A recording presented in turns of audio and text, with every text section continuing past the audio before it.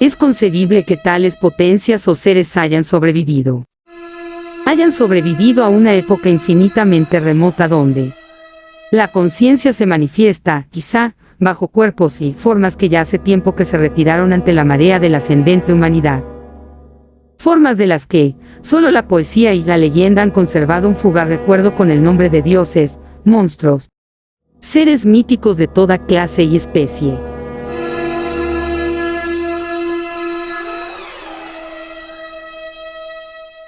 H. P. Lovecraft. El llamado de Cthulhu.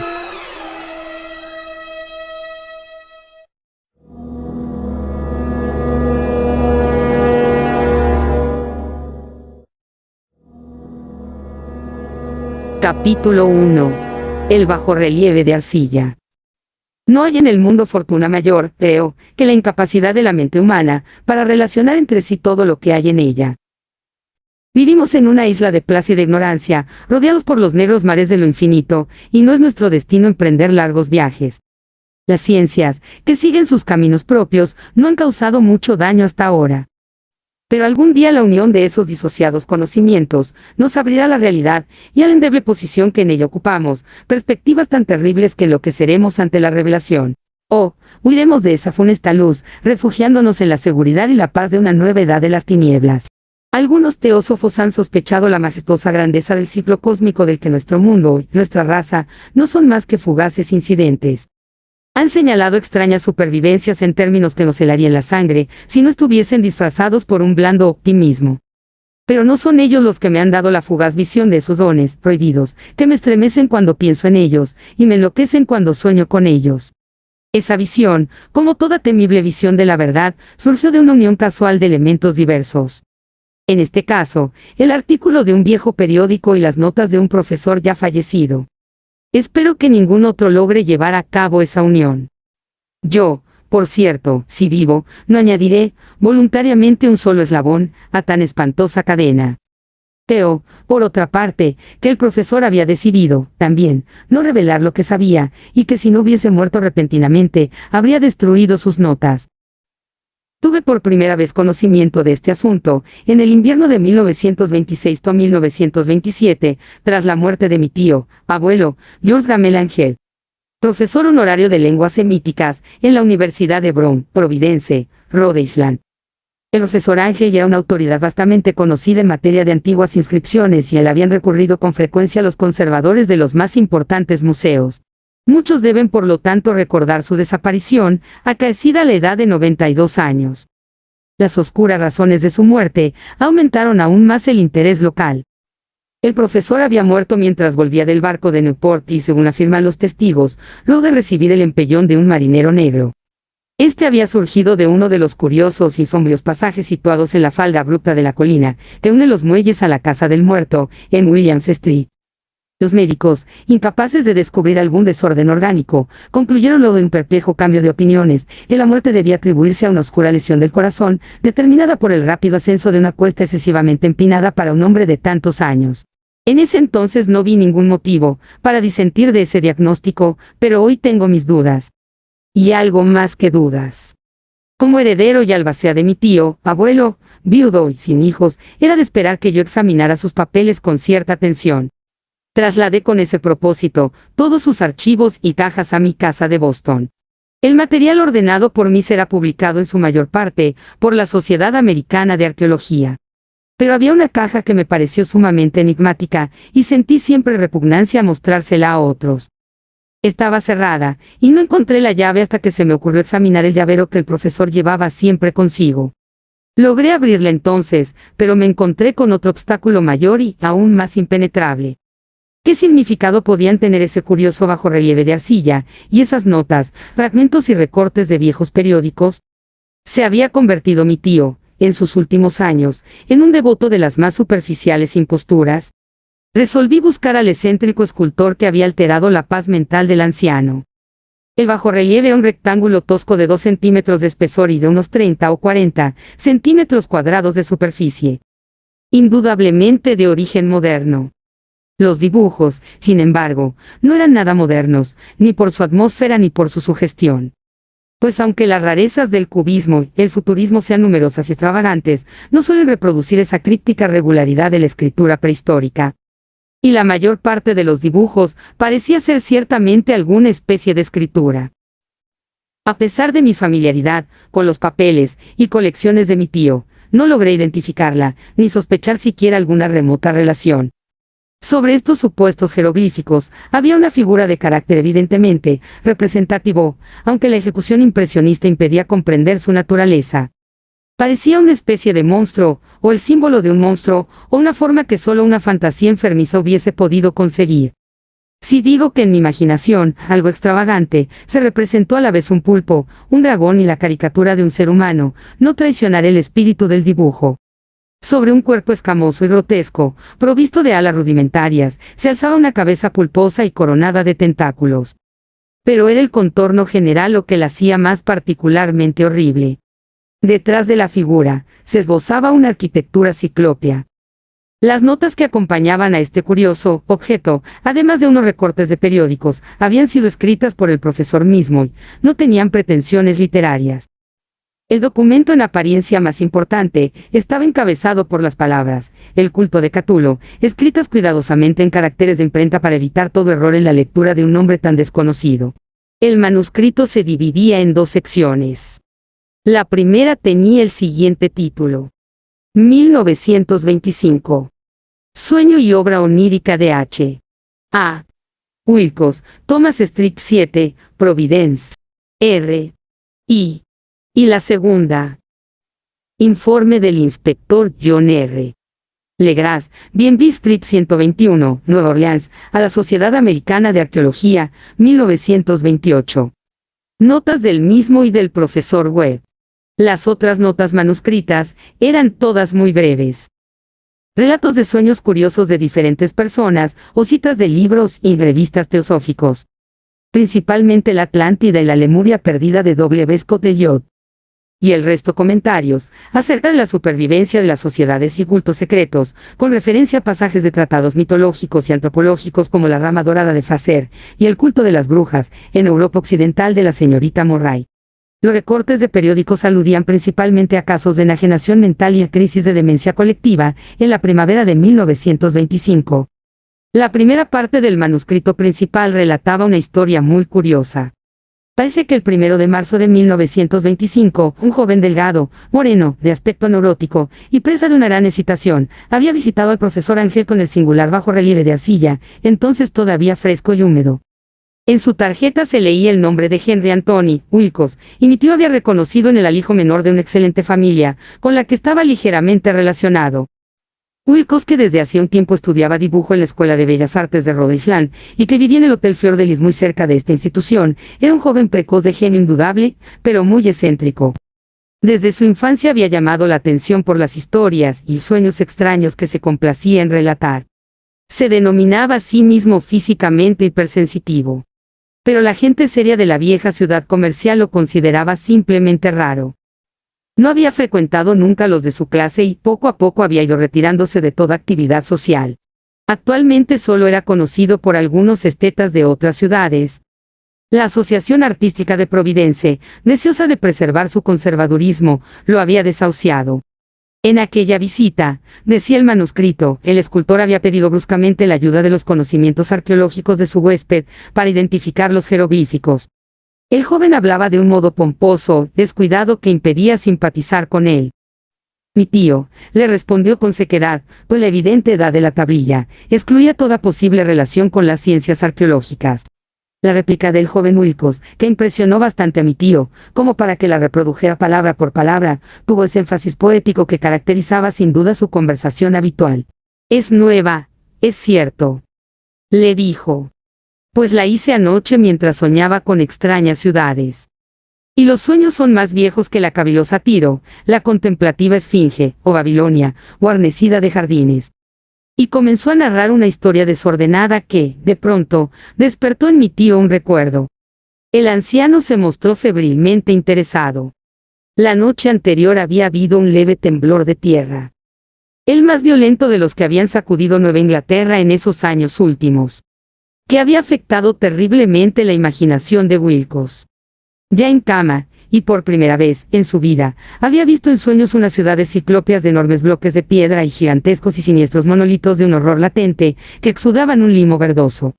Muros y pilares estaban cubiertos de jeroglíficos, y en las profundidades de la tierra, de algún punto indeterminado, venía una voz que no era una voz, sino más bien una sensación confusa que solo la fantasía podía traducir en sonidos, y trató de expresar por medio de esta unión de letras casi impronunciables. Cthulhu-Ftagg. Esta mezcla de letras fue la llave del recuerdo que excitó y perturbó al profesor Ángel. Interrogó al escultor con una minuciosidad científica, y estudió con intensidad casi frenética el bajo relieve que el joven había estado esculpiendo en sueños, vestido solo con su ropa de dormir, y temblando de frío. Mi tío achacó a su avanzada edad, dijo Wilcox más tarde, el no reconocer con rapidez los jeroglíficos y el dibujo. Muchas de sus preguntas le parecieron un poco fuera de lugar a su visitante, especialmente aquellas que trataban de relacionar a este último con sociedades y cultos extraños. Wilcox no pudo entender por qué mi tío le prometió repetidamente guardar silencio si admitía ser miembro de una de las tan numerosas sectas paganas o místicas. Cuando el profesor quedó al fin convencido de que Wilcox ignoraba de veras toda doctrina o cultos secretos, le suplicó que no dejara de informarle acerca de sus sueños. Esta petición dio sus frutos, pues a partir de esa primera entrevista el manuscrito menciona las visitas diarias del joven y la descripción de sorprendentes visiones nocturnas cuyo tema principal era siempre unas construcciones ciclópeas de piedra, húmedas y oscuras. Y una voz o inteligencia subterránea, que gritaba una y otra vez, en enigmáticos y sensibles impactos, algo indescriptible. Los dos sonidos que se repetían con más frecuencia eran los representados por las palabras Cthulhu y RLY. El 23 de marzo, continuaba el manuscrito, Wilcox faltó a la cita. Una investigación realizada en el hotel reveló que había sido atacado por una fiebre de origen desconocido y que lo habían llevado a casa de sus padres, en Waterman's. Se había puesto a gritar en medio de la noche, despertando a varios artistas, que vivían en el mismo hotel, y desde entonces había pasado alternativamente de la inconsciencia al delirio. Mi tío telefonó enseguida a la familia, y desde ese momento, siguió de cerca el caso, yendo a menudo a la oficina del Dr. Tobey, en Taller Street, médico de cabecera del joven. La mente febril de Wilcox alimentaba, aparentemente, extrañas imágenes. El doctor se estremeció al recordarlas. No solo incluían una repetición de los sueños anteriores, sino también una criatura gigantesca de varios kilómetros de altura que caminaba o se movía pesadamente. Wilcox nunca la describía en todos sus detalles, pero las pocas e incoherentes palabras que recordaba el Dr. Tobey convencieron al profesor de que aquel era el monstruo que el joven había intentado representar. Cuando Wilcox se refería a su obra, añadió el doctor, caía, enseguida, invariablemente, en una especie de letargo. Cosa rara, su temperatura no estaba nunca por encima de lo normal. Sin embargo, su estado se parecía más al de una fiebre violenta que al de un desorden del cerebro. El 2 de abril a las 3 de la tarde, la enfermedad cesó de pronto. Wilcox se sentó en la cama, asombrado de encontrarse en casa de sus padres, ignorando totalmente lo que había ocurrido en sus sueños, o en la realidad desde el 22 de marzo. Como el médico declarara que estaba curado, a los 3 días volvió a su hotel.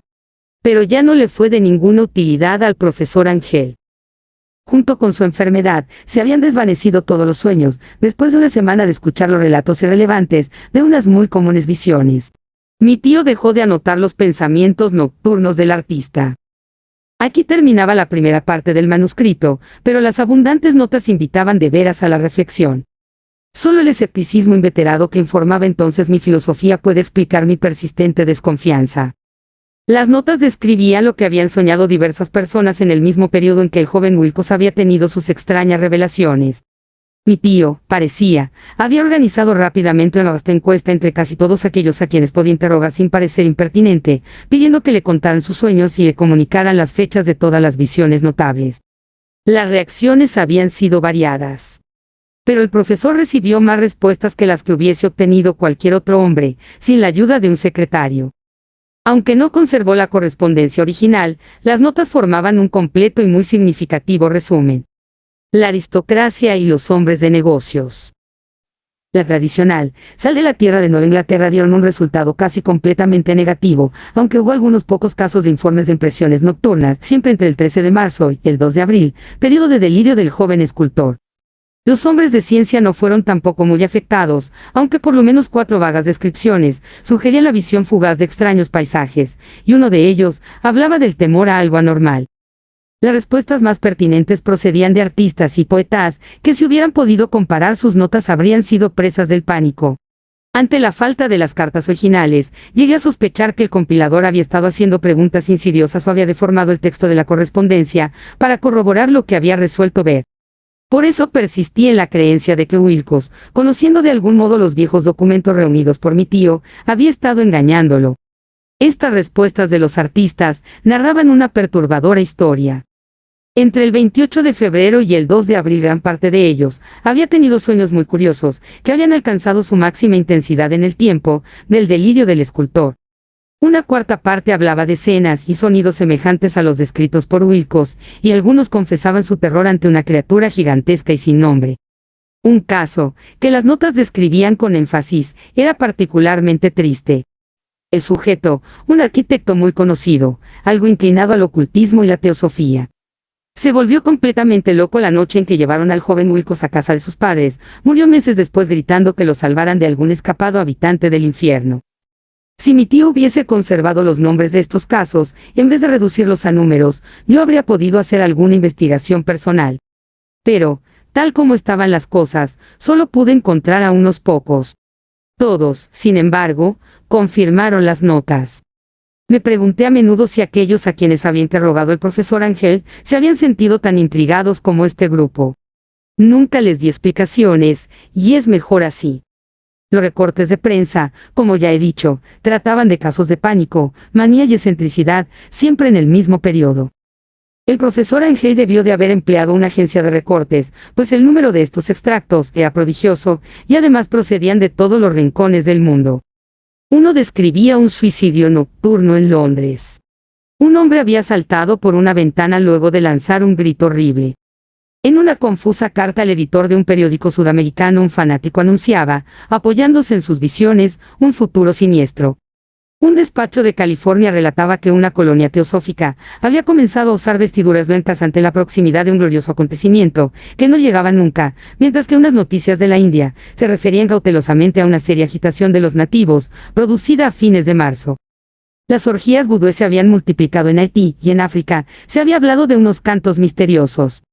Los oficiales norteamericanos radicados en Filipinas habían tenido ciertas dificultades con algunas tribus, y en la noche del 22 de marzo los policías de Nueva York habían sido molestados por levantinos histéricos.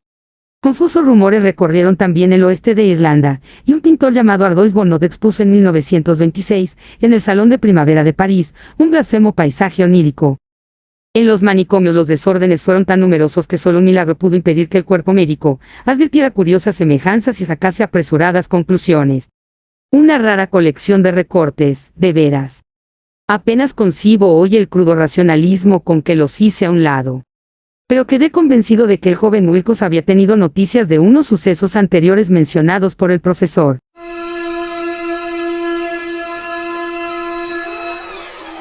2. El informe del inspector Legrasse.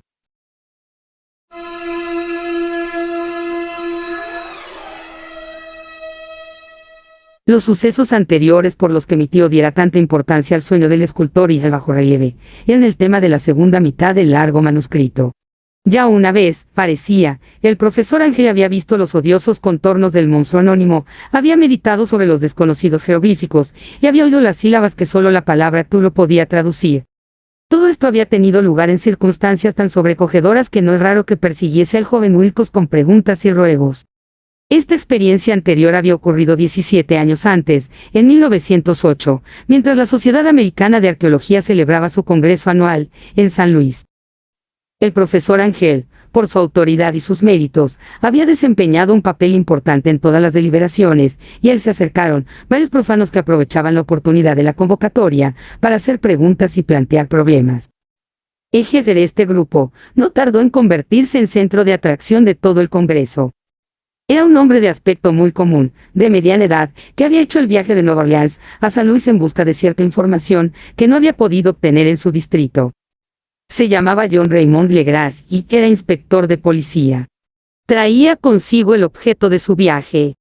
Una estatuilla de piedra, repugnante y grotesca, aparentemente muy antigua, cuyo origen no había logrado determinar. No debe creerse que el inspector Legrasse se interesara por la arqueología. Todo lo contrario. Su deseo de instruirse tenía como único origen razones puramente profesionales. La estatuilla, ídolo, fetiche o lo que fuese, había sido capturada meses antes en los pantanos boscosos del sur de Nueva Orleans, en el curso de una expedición contra una presunta ceremonia vudú. Tan singulares y odiosos eran los ritos, que la policía comprendió que se hallaba ante un culto totalmente ignorado, e infinitamente más diabólico que los del vudú. Los confusos e increíbles relatos arrancados por la fuerza, a los prisioneros nada informaron sobre su posible origen. De ahí el deseo de la policía de consultar a alguna autoridad, para identificar así el horrible símbolo, y seguir las huellas del culto hasta sus fuentes. El inspector Legrasse no había esperado que su pedido provocara una impresión semejante. La aparición de la curiosa estatuilla bastó para excitar a los hombres de ciencia, y pronto todos rodearon al inspector para contemplar de cerca la diminuta figura cuya rareza y aspecto de genuina y abismal antigüedad abrían perspectivas tan misteriosas y arcaicas. No se pudo reconocer la escuela escultórica de la que había nacido la estatua, sin embargo centenares y hasta miles de años parecían haberse posado en la oscura y verdosa superficie de aquella piedra desconocida. La figura, que los miembros del Congreso pasaron de mano en mano para estudiarla con más minuciosidad, medía de unos 20 a 25 centímetros de altura y estaba finamente labrada. Representaba un monstruo de contornos vagamente antropoides, pero con una cabeza de pulpo cuyo rostro era una masa de tentáculos. Un cuerpo escamoso que sugería cierta elasticidad, 4 extremidades dotadas de garras enormes, y un par de alas largas y estrechas en la espalda. Esta criatura, que exhalaba una malignidad antinatural, parecía ser de una pesada corpulencia, y estaba sentada en un pedestal o bloque rectangular, cubierto de indescifrables caracteres. Las puntas de las alas rozaban el borde posterior del bloque, el asiento ocupaba el centro, mientras las garras largas y curvas de las plegadas extremidades hacían el borde anterior y descendían hasta un cuarto de la altura del pedestal. Su cabeza de cefalópodo se inclinaba hacia adelante, de modo que los tentáculos faciales rozaban el dorso de las garras enormes que apretaban las elevadas rodillas. El conjunto daba una impresión de vida normal, más sutilmente terrorífico a causa de la imposibilidad de establecer su origen. Su vasta, pavorosa e incalculable edad era innegable. Sin embargo, nada permitía relacionarlo con algún tipo de arte de los comienzos de la civilización. El material de la estatua encerraba otro misterio. No había nada parecido, en geología o mineralogía, a aquella piedra jabonosa, verde y negra, de estrías doradas o iridiscentes. Los caracteres de la base eran igualmente desconcertantes, y ninguno de los miembros del Congreso, a pesar de que representaban a la mitad de las autoridades mundiales en este campo, pudo descubrir el más remoto parentesco lingüístico. Tanto la figura como el material pertenecían a algo increíblemente lejano, totalmente distinto de la humanidad que conocemos. Algo que sugería, de un modo terrible, antiguos y profanos ciclos, en los que nuestro mundo, nuestras concepciones no habían participado.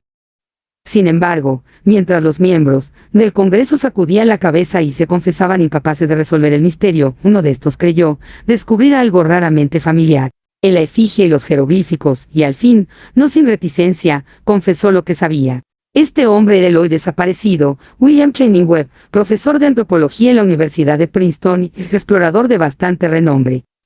40 años antes el profesor Webb había recorrido Groenlandia e Islandia, en busca de ciertas inscripciones rúnicas que hasta ese entonces no había podido descubrir. En la costa de Groenlandia, se había encontrado con una tribu degenerada de esquimales, cuya religión, forma singular de los cultos demoníacos, lo había impresionado sobremanera por su faz deliberadamente sanguinaria y repulsiva. Databa, decían, de épocas muy antiguas, anteriores al nacimiento del mundo, junto a ritos anónimos y sacrificios humanos. Había invocaciones de origen tradicional, dirigidas a un demonio supremo o tornazo.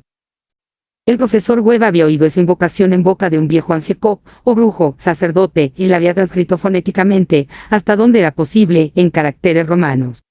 Pero lo que ahora parecía importante era el fetiche adorado en ese culto, y alrededor del cual bailaban los esquimales cuando la aurora boreal brillaba muy por encima de los acantilados de hielo. Era, declaró el profesor, un tosco bajorrelieve de piedra con una figura horrible y algunos caracteres misteriosos. Creía recordar que se parecía, por lo menos en todos los rasgos esenciales, a la criatura bestial que ahora estaban examinando. Este relato, recibido con asombro y sorpresa por los miembros del Congreso, pareció citar al inspector Legrasse, que abrumó al profesor a preguntas. Habiendo copiado una invocación recitada por uno de los oficiantes del pantano, rogó al profesor Webb que tratase de recordar las sílabas recogidas en Groenlandia. Siguieron una comparación exhaustiva de todos los detalles, y un instante de sombrío silencio cuando el profesor y el detective convinieron en la virtual identidad de las frases.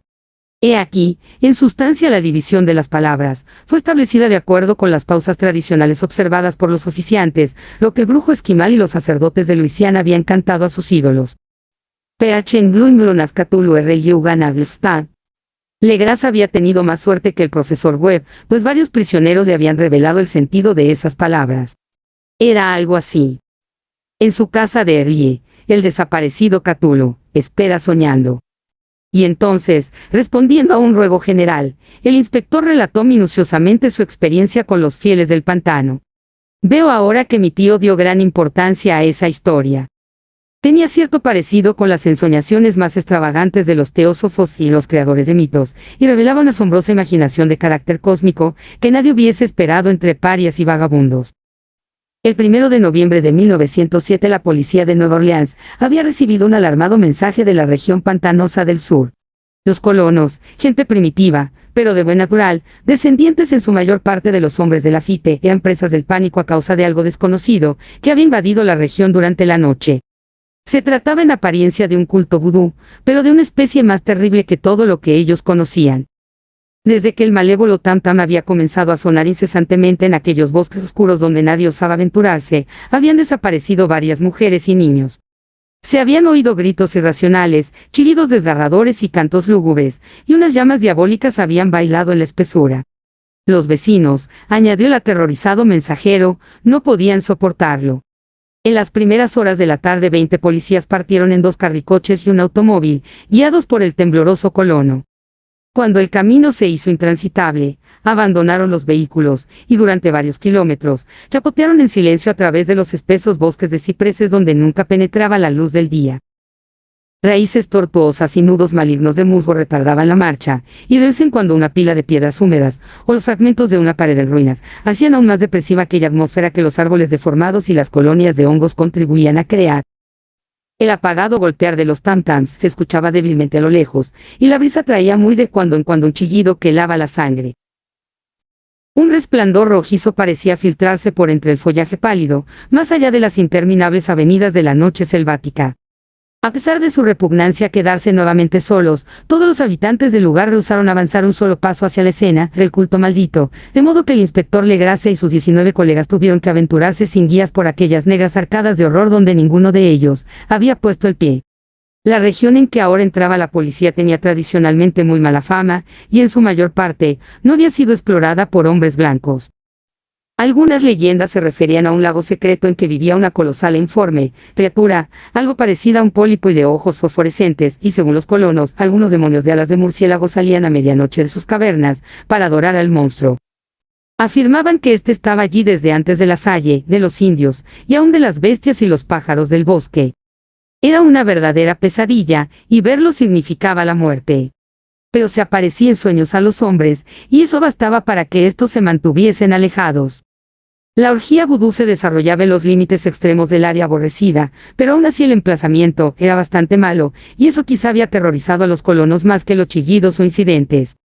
Solo la poesía o la locura podían haber reproducido los ruidos que oyeron los hombres de Legrasse mientras atravesaban lentamente el sombrío pantano, acercándose a la luz rojiza y a los apagados tam-tams. Hay una cualidad vocal propia de los hombres y una cualidad vocal propia de las bestias.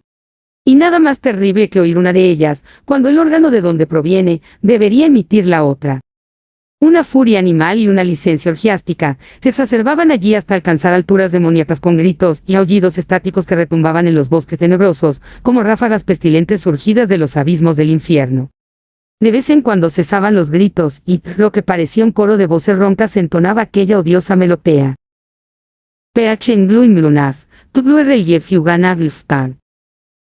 Al fin los hombres llegaron a un sitio donde el bosque era menos denso, y se encontraron de pronto en el lugar mismo de la escena. 4 trastabillaron, un quinto perdió el conocimiento, y otros 2 lanzaron un grito de horror que, por suerte, fue apagado por el tumulto salvaje de la orgía. Legrasse roció con agua pantanosa el rostro del hombre, desvanecido, y luego todos contemplaron el espectáculo fascinados por el horror. En un claro natural del pantano, se alzaba una isla verde de unas 40 aras de extensión, desprovista de árboles, y bastante seca. Allí saltaba y se retorcía una horda de anormalidades humanas más indescriptibles que cualquiera de las que hubiese podido pintar un cine o una angarola. Sin ropas, esta híbrida muchedumbre bramaba, rugía y se contorsionaba alrededor de una hoguera circular. De vez en cuando se abrían las cortinas de fuego y se podía distinguir en el centro un bloque de granito de unos 2,5 metros de alto, en cuya cima, incongruente por su pequeñez, se alzaba la funesta estatuilla. En 10 cadalsos instalados a intervalos regulares en un ancho círculo que rodeaba la hoguera, con el monolito como centro, colgaban cabeza abajo los cuerpos extrañamente mutilados de los desaparecidos colonos. Dentro de este círculo saltaba y rugía el anillo de fieles, moviéndose de izquierda a derecha en una bacanal interminable entre el círculo de cadáveres y el círculo de fuego. Pudo haber sido solo imaginación o pudo haber sido un simple eco, pero uno de los hombres, un impresionable español, creyó oír que las invocaciones eran seguidas por unas respuestas antifonales que procedían de un lejano y sombrío lugar, situado en lo más profundo de aquel bosque de leyenda. Este hombre, Josep de Galvez, a quien más tarde encontré e interrogué, era desbordantemente imaginativo. Llegó a decir que había oído el débil golpear de unas grandes alas y que había vislumbrado unos ojos luminosos y una enorme masa blanca detrás de los árboles más lejanos. Pero creo que estaba demasiado influido por las supersticiones locales. La inactividad de los hombres paralizados fue comparativamente de poca duración. El deber venció pronto todas las dudas, y aunque los celebrantes debían de llegar al centenar, la policía, confiando en sus armas de fuego, irrumpió en medio de la horda. Durante 5 minutos el caos y el tumulto fueron indescriptibles. Hubo furiosos golpes, disparos y huidas. Pero finalmente Legrasse pudo contar 47 prisioneros, a los que obligó a vestirse rápidamente, y que rodeó de policías. 5 de los celebrantes habían muerto, y otros 2, muy malheridos, fueron transportados por sus cómplices en improvisadas parihuelas. La imagen del monolito fue sacada con todo cuidado y llevada por Legrasse. Examinados en el cuartel de la policía, luego de un viaje agotador, los prisioneros resultaron ser mestizos de muy baja ralea y mentalmente débiles. Eran en su mayor parte marineros, y había algunos negros y mulatos, procedentes casi todos de las islas de Cabo Verde, que daban un cierto matiz vudú a aquel culto heterogéneo. Pero no se necesitaron muchas preguntas para comprobar que se trataba de algo más antiguo y profundo que un fetichismo africano. Aunque degradados e ignorantes, los prisioneros se mantuvieron fieles, con sorprendente consistencia, a la idea central de su aborrecible culto. Adoraban, dijeron, a los grandes antiguos, que eran muy anteriores al hombre y que habían llegado al joven mundo desde el cielo. Estos antiguos se habían retirado ahora al interior de la tierra y al fondo del mar, pero sus cadáveres se habían comunicado en sueños con el primer hombre, quien inventó un culto que nunca había muerto. Este era ese culto, y los prisioneros dijeron que había existido siempre y que siempre existiría, ocultándose en lejanías desiertas y lugares retirados hasta que el gran sacerdote Cthulhu saliese de su sombría morada en la ciudad submarina de R'lyeh para reinar otra vez sobre la tierra. Algún día vendría, cuando los astros ocuparan una determinada posición. Y el culto secreto estaría allí, esperándolo. Mientras tanto no podían decir nada más. Se trataba de un secreto que ni la tortura podría arrancarles. La humanidad no era lo único consciente en la tierra, pues había unas formas que emergían de la sombra para visitar a sus escasos fieles. Pero estas no eran los grandes antiguos. Ningún ser humano había visto a los antiguos. El ídolo de piedra representaba al gran Cthulhu, pero nadie podía decir si los otros eran o no como él. Nadie era capaz de descifrar ahora la antigua escritura. Muchas cosas se transmitían oralmente. La invocación ritual no era el secreto. Este no se comunicaba nunca en voz alta. El canto significaba: en su casa de rey el desaparecido Cthulhu espera soñando. Solo 2 de los prisioneros fueron juzgados bastante cuerdos, y se los ahorcó. El resto fue enviado a diversas instituciones. Todos negaron haber participado en los crímenes rituales, y afirmaron que los culpables de aquellas muertes eran los alas negras, que habían venido hasta ellos desde su refugio inmemorial en el bosque encantado. Pero nada coherente se pudo saber de aquellos aliados misteriosos. Lo que la policía logró obtener salió en su mayor parte de un viejísimo mestizo llamado Castro, quien pretendía haber tocado puertos distantes y hablado con los jefes inmortales del culto en las montañas de China. El viejo Castro recordaba fragmentos de odiosas leyendas que empequeñecían las especulaciones de los teósofos y hacían de nuestro mundo algo reciente y fugaz. En ciclos muy lejanos otros seres habían gobernado la tierra.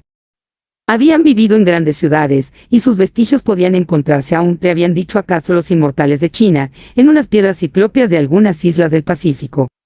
Habían muerto muchísimo antes de la aparición del hombre, pero había artes que podrían revivirlos cuando los astros volvieran a ocupar su justa posición en los cielos de la eternidad.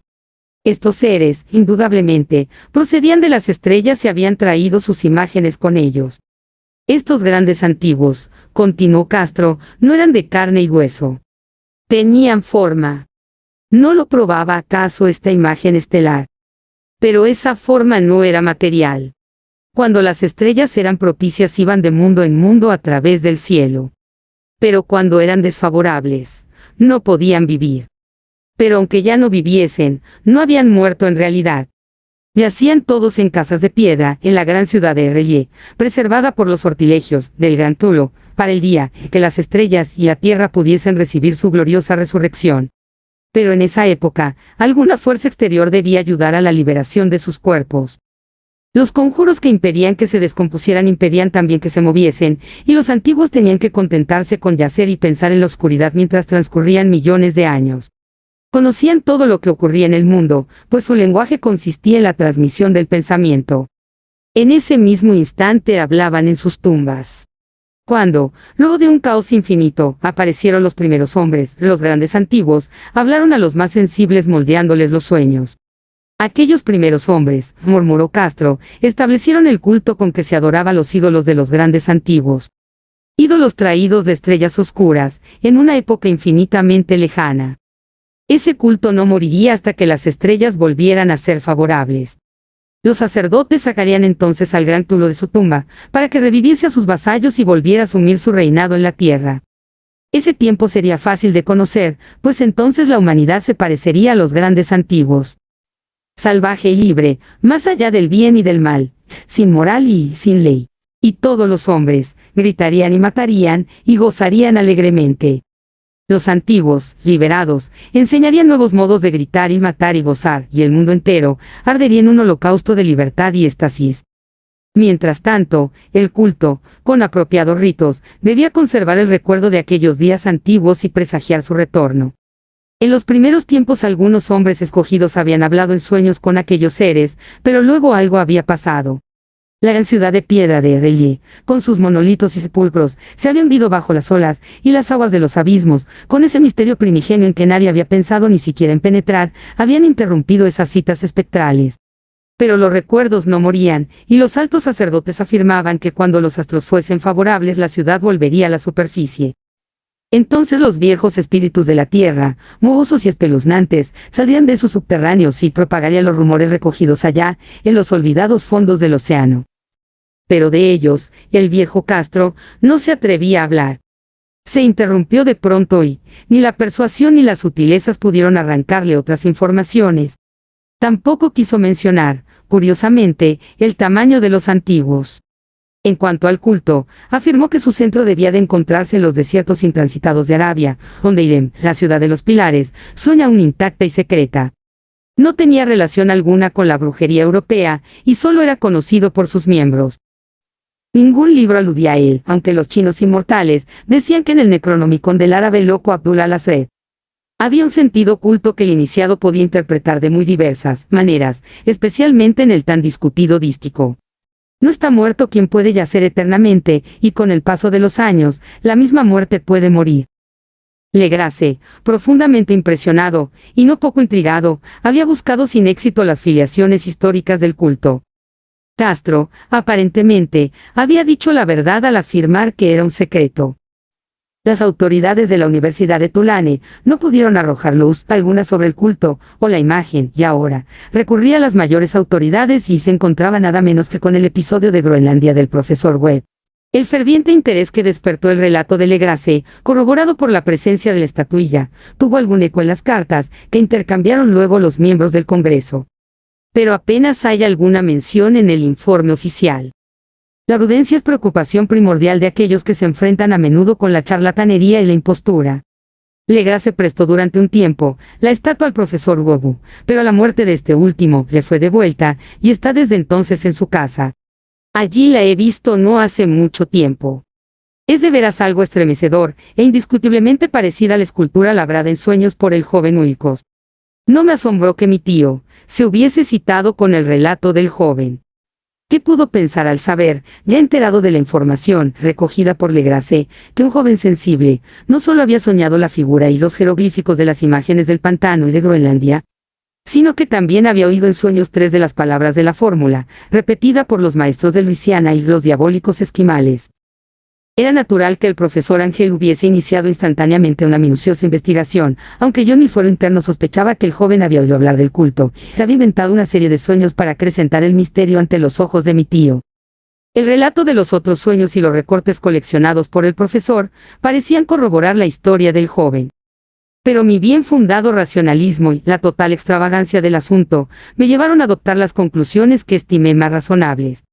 De modo que, después de estudiar otra vez el manuscrito y comparar las notas teosóficas y antropológicas con la descripción que del culto había hecho Legrasse, viajé a Providente para ver al escultor increparle por haberse burlado de tal modo de un sabio anciano. Wilcox vivía aún, solo, en el Fleur de Lis de Thomas Eret, desagradable imitación victoriana de la arquitectura bretona del siglo XVI. La fachada de estuco del hotel lucía ostentosamente entre las encantadoras casas coloniales y a la sombra del más hermoso campanario georgiano que pueda verse en América. Encontré a Wilcox en sus habitaciones, sumido en su labor, y comprendí enseguida, por las piezas que lo rodeaban, que su genio era profundo y auténtico. Creo que durante un tiempo Wilcox figurará entre los grandes decadentes, pues ha cristalizado en arcilla y reflejará un bien mármol. Esas pesadillas y fantasías evocadas en prosa por Arthur Machen y que Clark Aston Smith ha hecho visibles en versos y pinturas. Moreno, frágil y de un aspecto un poco descuidado, Wilcox se volvió lánguidamente y, sin dejar su silla, me preguntó qué deseaba.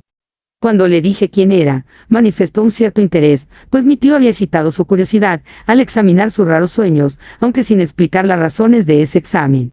Sin sacarlo de su ignorancia, traté prudentemente de hacerle hablar. Poco tiempo me bastó para convencerme de que era absolutamente sincero. Hablaba de sus sueños de un modo inequívoco.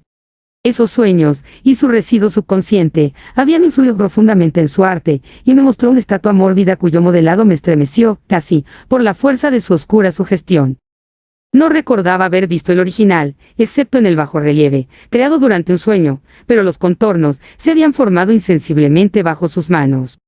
Era, sin duda, la forma gigantesca de la que había hablado en su delirio. Me di cuenta muy pronto que no sabía nada del culto, salvo lo que el constante interrogatorio de mi tío había dejado escapar, y traté otra vez de concebir de qué modo podía haber recibido esas impresiones sobrenaturales.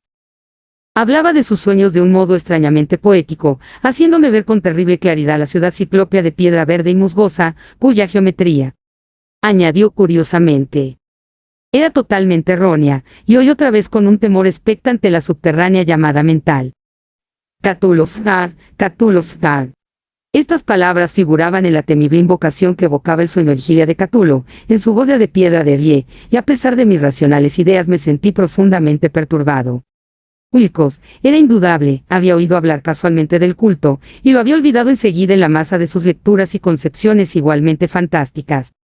Más tarde, en virtud de su impresionable carácter, el culto había encontrado un modo de expresión subconsciente en los sueños, el bajorrelieve de arcilla y la estatua que yo estaba ahora contemplando.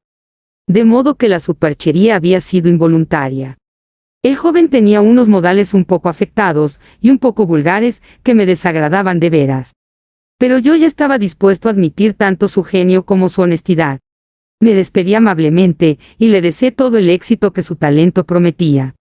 El asunto del culto continuó fascinándome y a veces imaginaba poder adquirir un gran renombre investigando su origen y relaciones.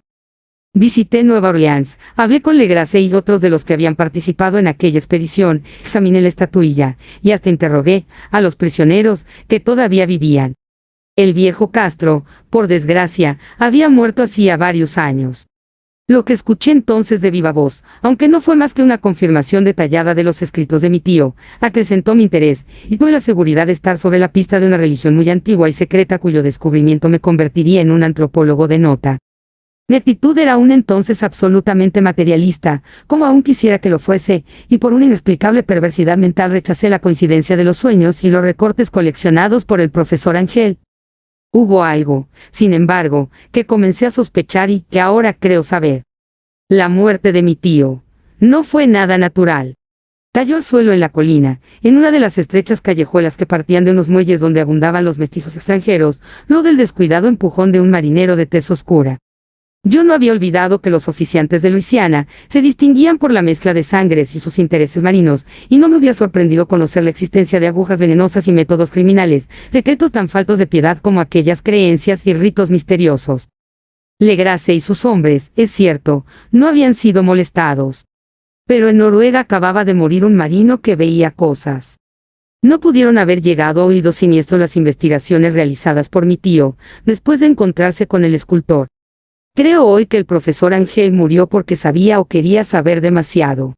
Es posible que me espere un fin semejante, pues yo también he aprendido mucho.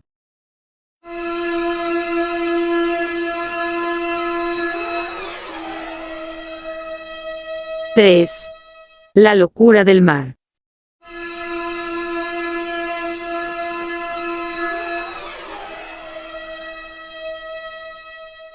Si el cielo decidiese algún día acordarme un insigne favor, borraría totalmente de mi memoria el descubrimiento que hice, por simple casualidad, al echar una ojeada a una hoja de periódico que recubría un estante. Era un viejo número del Sydney Bulletin del 18 de abril de 1925, con el cual no hubiese podido dar en mi vida cotidiana. Había pasado inadvertido hasta para la agencia de recortes que había estado coleccionando ávidamente durante esa época materiales para mi tío.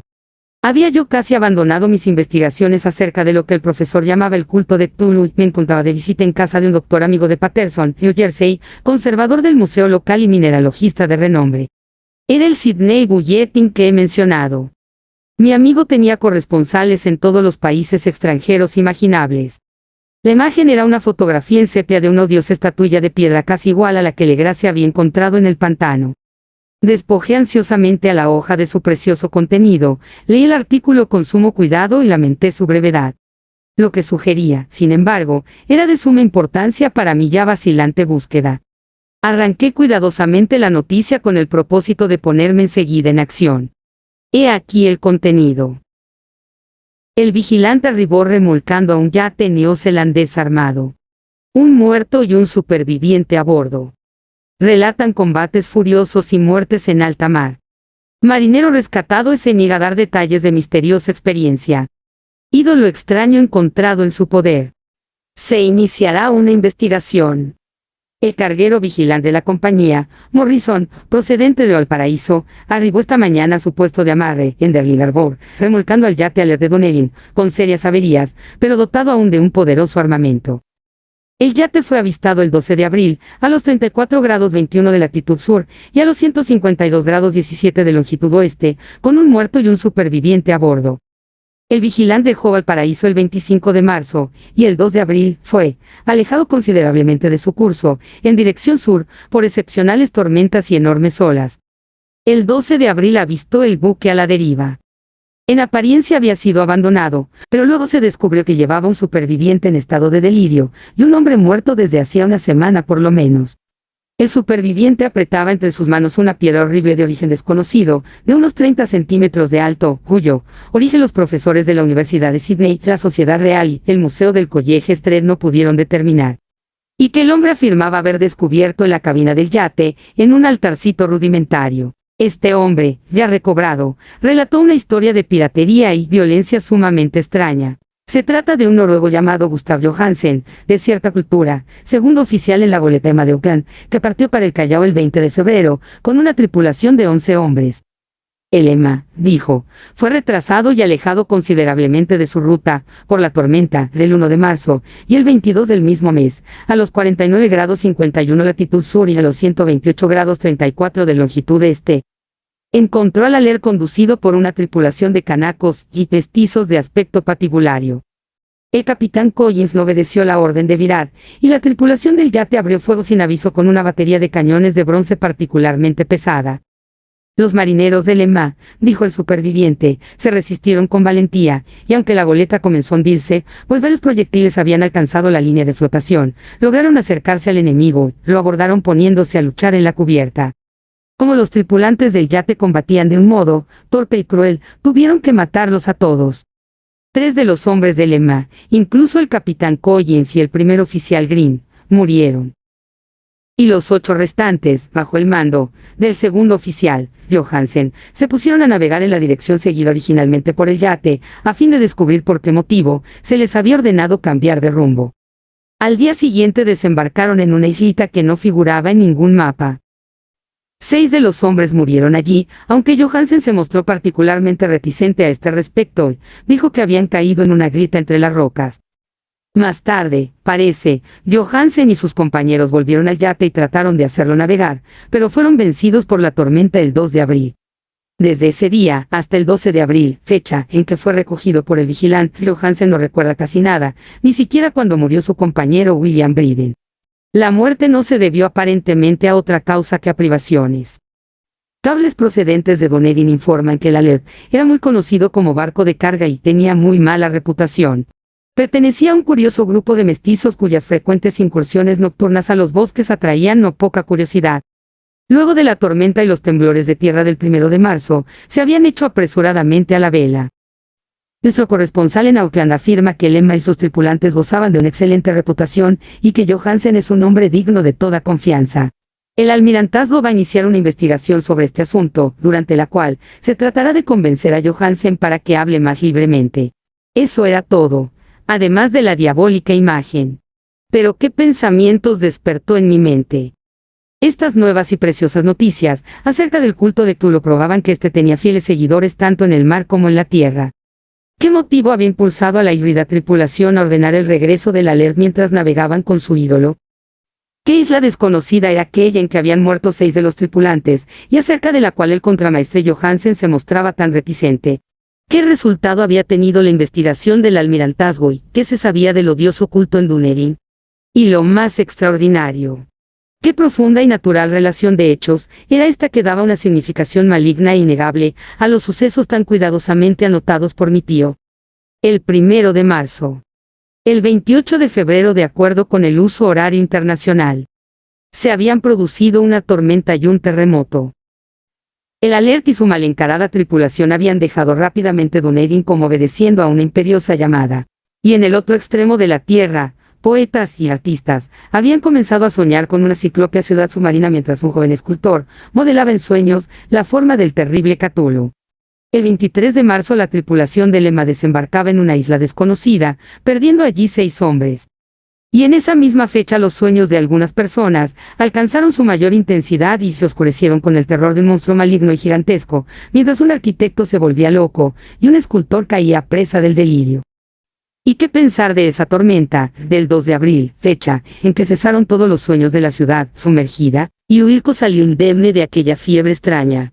¿Qué pensar igualmente de aquellas alusiones del viejo Castro, a los antiguos venidos de las estrellas, y a su reino próximo, y a su culto, y a su gobierno de los sueños? Estaba balanceándome en el borde de un abismo de horrores cósmicos, insoportables para un ser humano. En todo caso no afectaron sino a la mente, pues el 2 de abril puso término de algún modo a la monstruosa amenaza que había sitiado el alma de los hombres. Aquella tarde, luego de haber pasado el día enviando telegramas y haciendo urgentes preparativos, me despedí de mi huésped y tomé un tren para San Francisco. En menos de un mes llegué a Dunedin, donde, sin embargo, descubrí que se sabía muy poco de los extraños miembros del culto que habían vivido en las posadas marineras. El vagabundeo en los muelles era asunto demasiado común, y no valía la pena mencionarlo. Pero algo oí a propósito de una expedición terrestre realizada por estos mestizos, durante la cual se escuchó el débil golpear de unos tambores y se vio un fuego rojo en las colinas lejanas. En Auckland me enteré de que Johansen había vuelto a Sydney, donde acababa de sometérsele a un inútil interrogatorio, con el pelo totalmente cano, y que después de vender su casa de West Street había regresado con su mujer, a su viejo hogar, en Oslo. Sobre su aventura no dijo a sus amigos más de lo que ya sabían los oficiales del almirantazgo, y todo lo que pudieron hacer fue darme su nueva dirección.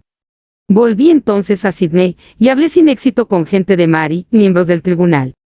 Vi el Alert en Circular Quay, en la bahía de Sydney, pero nada me reveló su casco.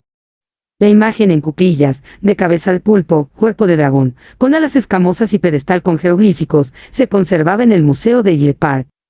La examiné con cuidado, y descubrí que estaba exquisitamente labrada, y tenía el mismo profundo misterio, terrible antigüedad, y sobrenatural rareza de material que el ejemplar más pequeño de Legrasse.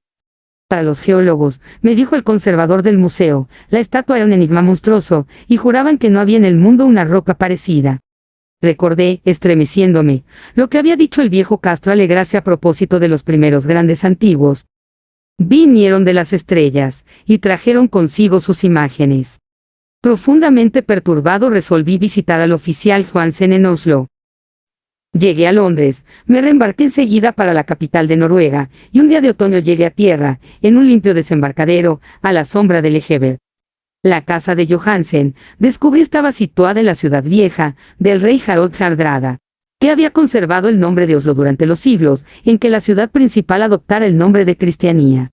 Hice el corto viaje, en un taxi, y golpeé con el corazón tembloroso la puerta de una casa vieja y limpia de fachada estucada. Salió a recibirme una mujer de cara triste, vestida de negro, quien me comunicó en un inglés vacilante que Gustav Johansen no era ya de este mundo. No había sobrevivido mucho a su regreso, pues su aventura marina de 1925 le había destrozado la salud.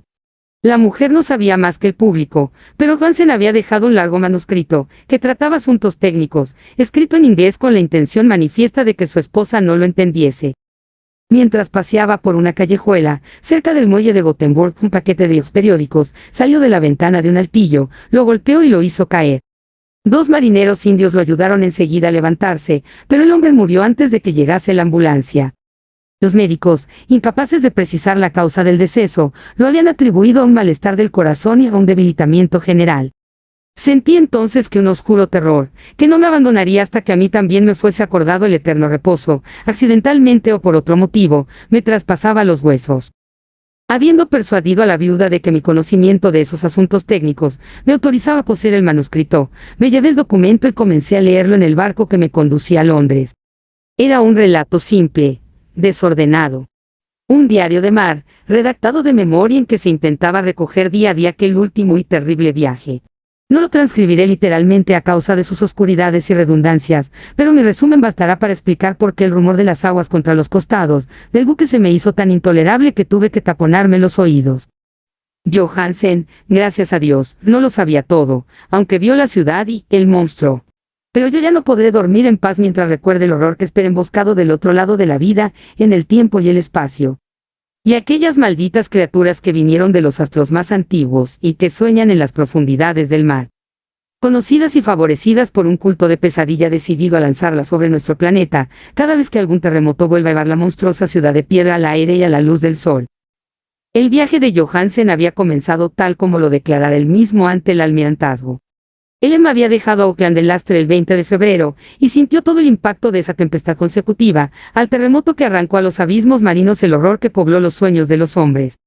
Recobrado el gobierno, el buque navegó favorablemente hasta encontrarse con el Alert el 22 de marzo, y sentí la pena del oficial, al describir el bombardeo y el hundimiento de su nave. De los mestizos del yate, Johansen hablaba con un horror realmente significativo. Había algo de abominable en ellos que hacía que su destrucción pareciese casi un deber, y Johansen se sorprende ante la acusación de crueldad que contra él y sus compañeros hizo el tribunal. Ya en el yate, capturado, Johansen y sus hombres, impulsados por la curiosidad, prosiguen viaje hasta avistar una alta columna de piedra que emerge del océano, y a los 49 grados 9 de latitud oeste y 126 grados 43 de longitud sur. Se encuentran ante una costa barrosa y una albañilería ciclópea cubierta de algas que no puede ser sino la sustancia tangible del terror supremo del universo. La ciudad muerta de R'lyeh, construida hace millones de años, antes de los comienzos de nuestra historia, por las enormes y espantosas criaturas que descendieron desde unos astros desconocidos. Allí yacen el gran Cthulhu y sus compañeros ocultos en unas bóvedas verdes y húmedas. Desde donde envían, tras incalculables ciclos, pensamientos que aterrorizan a los hombres sensibles y reclaman imperiosamente a los fieles del culto, que inician el peregrinaje de la liberación y la restauración. El oficial Johansen ignoraba todo esto. Pero bien sabe Dios que había visto bastante. Creo que emergió de las aguas, solo la cima de la ciudadela, coronada por un enorme monolito, donde yace el gran Cthulhu. Cuando imagino el tamaño de todo lo que puede esconder el fondo del océano, siento deseos de morir sin esperar ya más. Johansen y sus hombres se sintieron aterrados ante la majestad cósmica de esta húmeda Babilonia habitada por demonios. Y debieron de sospechar, instintivamente, que no pertenecía ni a este ni a ningún otro planeta similar. En todas las líneas de la estremecida descripción de Johansen se advierte el mismo pavor. Ante el tamaño increíble de los bloques de piedra verde, ante la altura vertiginosa del monolito labrado, ante la asombrosa identidad de las colosales estatuas y bajorrelieves con la rara imagen encontrada en la sentina de la LED. Sin conocer el futurismo, Johansen describe, al hablar de la ciudad, algo muy parecido a una obra futurista. En vez de referirse a una estructura definida, o algún edificio, se reduce a hablar de vastos ángulos y superficies pétreas. Superficies demasiado grandes para ser de este mundo, y cubiertas por jeroglíficos e imágenes horribles. Menciono estos ángulos pues me recuerdan los sueños que me relató Wilkos. El joven escultor afirmó que la geometría de la ciudad de sus sueños era normal, no euclidiana, sugería esferas y dimensiones distintas de las nuestras. Ahora un marino ilustrado tenía ante la terrible realidad la misma impresión. Johansen y sus hombres desembarcaron en la playa de esta monstruosa Acrópolis y treparon, resbalando, por los titánicos y musgosos escalones que ningún ser humano hubiera podido edificar. El sol mismo parecía deformado cuando se lo miraba a través de las miasmas polarizadoras que emanaban de esta perversión submarina. Una amenaza tortuosa acechaba en esos ángulos desconcertantes donde una segunda mirada descubría una concavidad donde se había creído ver una convexidad. Todos los exploradores, aún antes de ver algo definido salvo las rocas, los musgos y las algas, se sintieron presas de un indefinible terror. Todos habrían escapado si no hubiesen temido la burla de los otros, y solo de mala gana, se decidieron a buscar. Vanamente, como comprendieron más tarde. Algo que sirviese de recuerdo. Rodríguez, el portugués, fue el primero en llegar a la base del monolito y les gritó a los otros lo que acababa de descubrir. Poco más tarde los hombres contemplaron curiosamente una enorme puerta de piedra labrada con el ya familiar bajorrelieve del pulpo dragón. Se parecía, dice Johansen, a la enorme puerta de un granero. Todos vieron allí una puerta, ya que estaba encuadrada en un umbral, un dintel y dos montantes, pero nadie pudo decidir si estaba situada horizontalmente, como la puerta de una trampa, o algo inclinada, como la puerta exterior de un altillo. Como hubiese dicho Wilkos, la geometría del lugar era errónea. Uno no podía estar seguro de que el mar y el suelo fuesen horizontales, de modo que la posición relativa de todo el resto parecía variar fantásticamente. Briden presionó sobre la piedra, en diversos sitios, sin resultado. Luego Donovan palpó con delicadeza los bordes, apretando separadamente cada punto. Subió con lentitud a lo largo de la grotesca moldura de piedra. Puede decirse que subió si se admite que la puerta no era, al fin y al cabo, horizontal. Y los hombres se preguntaron cómo una puerta podía ser tan enorme. Al fin, muy suavemente, muy lentamente, la parte superior del panel comenzó a inclinarse hacia adentro, y todos vieron que la piedra se balanceaba. Donovan se deslizó o trepó de algún modo, a lo largo de uno de los montantes, y los hombres se pusieron a observar el curioso retroceso de la puerta monstruosa. En este fantástico mundo de deformaciones prismáticas, la piedra se desplazaba normalmente en diagonal, despreciando todas las leyes de la materia y la perspectiva. La abertura mostraba una oscuridad casi material. Estas tinieblas tenían realmente una cualidad positiva, pues ocultaban algunas partes de las paredes interiores que debían ser visibles. Al fin surgió de aquella cárcel milenaria algo así como una humareda, que oscureció la luz del sol mientras se elevaba hacia el cielo, empequeñecido y arrugado, con la ayuda de sus alas membranosas. El olor que salía de aquellos abismos recién abiertos era insoportable, y Hawking, que tenía un oído fino, creyó escuchar allá abajo un sonido chapoteante e inmundo. Todos escucharon, y todos escuchaban aún cuando el monstruo se hizo visible, babeando y apretando su inmensidad verde y gelatinosa a través de la tenebrosa abertura, hasta elevarse pesadamente en el aire, corrompido de aquella ciudad de pesadilla. La letra del pobre Johansen es apenas inteligible en esta parte. De los 6 hombres que nunca llegaron al barco, cree que 2 murieron simplemente de miedo en aquel instante maldito. El monstruo está más allá de toda posible descripción. No hay lenguaje aplicable a ese abismo de horror inmemorial, a esa pavorosa contradicción de todas las leyes de la materia, la fuerza y el orden cósmicos. Una montaña que caminaba. Dios. Puede extrañar que en el otro lado de la tierra enloqueciese un gran arquitecto, y que en aquel telepático instante la fiebre devorara al pobre Wilkos. El monstruo de los ídolos, el verde y viscoso demonio venido de otros astros, había despertado para reclamar sus derechos. Las estrellas eran otra vez favorables, y lo que un viejo culto no le ha podido lograr por su voluntad, un puñado de inocentes marineros, lo hacía por accidente. Después de millones y millones de años, el gran Cthulhu era libre otra vez. 3 hombres fueron barridos por aquellas patas membranosas antes de que nadie tuviese tiempo de volverse. Que descansen en paz, si hay algún descanso en el universo. Eran Donovan, Guerrera y Armstrong. Parker resbaló mientras los otros 3 supervivientes se precipitaban frenéticamente en un escenario infinito de rocas verdosas. Johansen jura que fue absorbido hacia arriba por un ángulo que no debía estar allí. Un ángulo agudo que se había comportado como si fuese obtuso. De modo que solo Briden y Johansen llegaron al bote y se dirigieron desesperadamente hasta el alert. Mientras la montañosa monstruosidad descendía por los escalones de piedra resbaladiza y se detenía, titubeando, a orillas del agua. Las calderas habían quedado funcionando a pesar de que todos habían bajado a tierra. Bastaron unos pocos segundos de frenéticas corridas entre ruedas y motores para poner en marcha el alert. Lentamente, entre los horrores distorsionados de esa escena indescriptible, la hélice comenzó a golpear las aguas. Mientras tanto, en la costa mortal, sobre aquellas construcciones, que no eran de este mundo, el monstruo gigantesco venido de las estrellas, emitió unos gritos inarticulados, como Polifemo al maldecir el veloz navío de Ulises. Enseguida, con más audacia que los cíclopes de la leyenda, el gran Cthulhu penetró en las aguas e inició la persecución con unos golpes que levantaron unas enormes olas. Briden volvió la vista y enloqueció.